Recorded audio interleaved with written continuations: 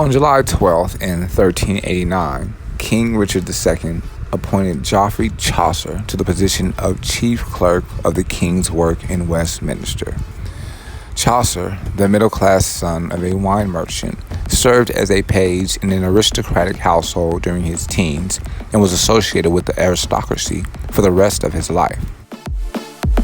In 1359, he fought in France with Edward III and was captured in a siege. Edward III ransomed him, and he later worked for Edward III and John of Gaunt. One of his earliest known works was an elegy for the deceased wife of John of Gaunt, Book of the Duchess. In 1372, Chaucer traveled to Italy on diplomatic missions where he may have been exposed to Dante, Petrarch, and Boccaccio. He also visited Flanders and France and was appointed Comptroller of Customs. He wrote several poems in the 1380s, including The Parliament of Fowls and Troilus and Cresside.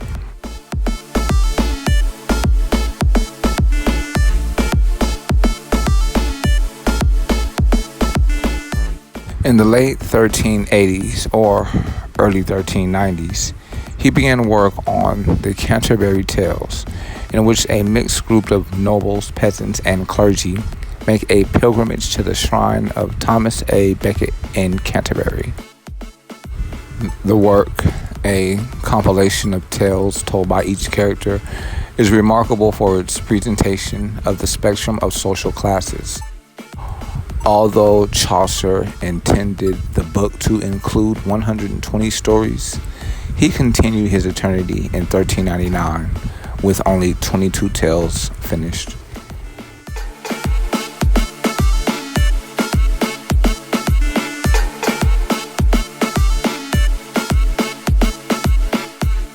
On July 12th in 1861, Special Commissioner Albert Pike completes treaties with the members of the Choctaw and Chickasaw tribes, giving the new Confederate States of America several allies in Indian Territory.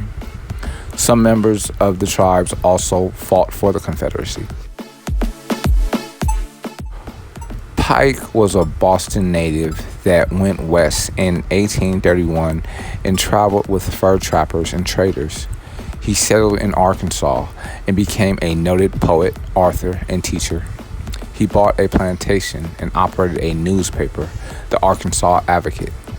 By 1837, he was practicing law and often represented Native Americans in disputes with the federal government. Pike was opposed to secession, but nonetheless sided with his adopted state when it left the Union. As ambassador of the Native Americans, he was a fortunate addition to the Confederacy, which was seeking to form alliances with the tribes of Indian Territory.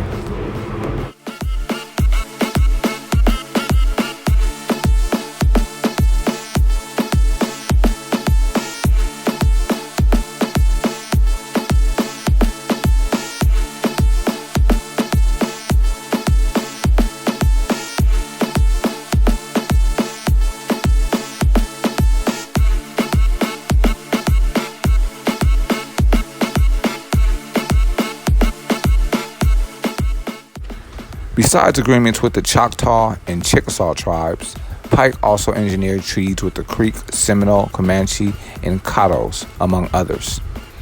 Ironically, many of these tribes had been expelled from the southern states in the 1830s and 1840s, but still chose to ally themselves with those states during the war. The grudges they held against the Confederate States were offset by their animosity towards the federal government.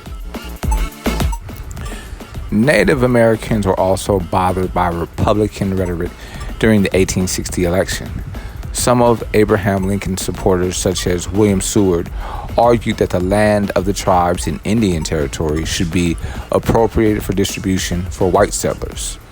When the war began in 1861, Secretary of War Simon Cameron ordered all posts in Indian Territory abandoned to free up military resources for use against the Confederacy, leaving the area open to invasion by the Confederates. By signing these treaties, the tribes severed their relationships with the federal government. much in the way the Southern states did by seceding from the Union. They were accepted into the Confederate States of America, and they sent representatives to the Confederate Congress. The Confederate government promised to protect the Native Americans' land holdings and to fulfill the obligations such as annuity payments made by the federal government.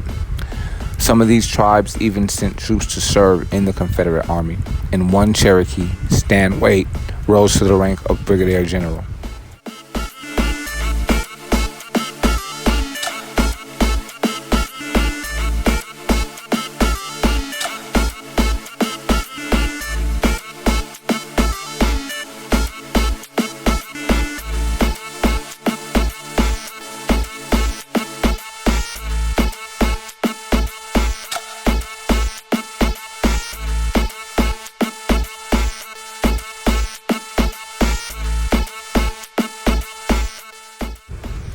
A year later, on July 12th in 1862, President Abraham Lincoln signs into law a measure calling for the awarding of a U.S. Army Medal of Honor in the name of Congress.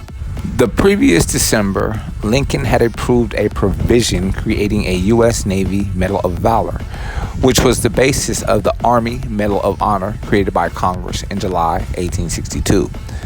The first U.S. Army soldiers to receive what will become the nation's highest military honor were 6 members of a Union raiding party who in 1862 penetrated deep into Confederate territory to destroy bridges and railroad tracks between Chattanooga, Tennessee and Atlanta, Georgia.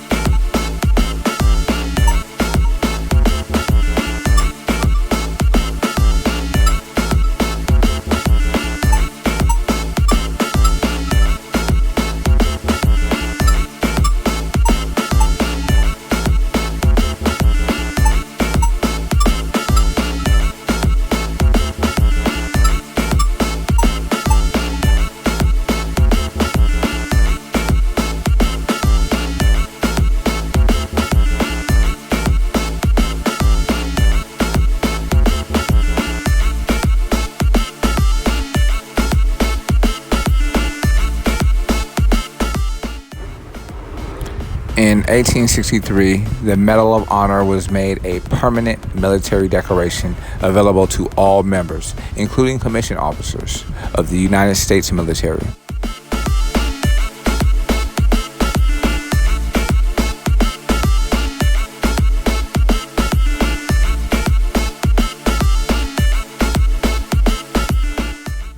The Medal of Honor is conferred upon those who have distinguished themselves in actual combat at risk of life beyond the call of duty. All historic information documented on this audio file can be verified on history.com.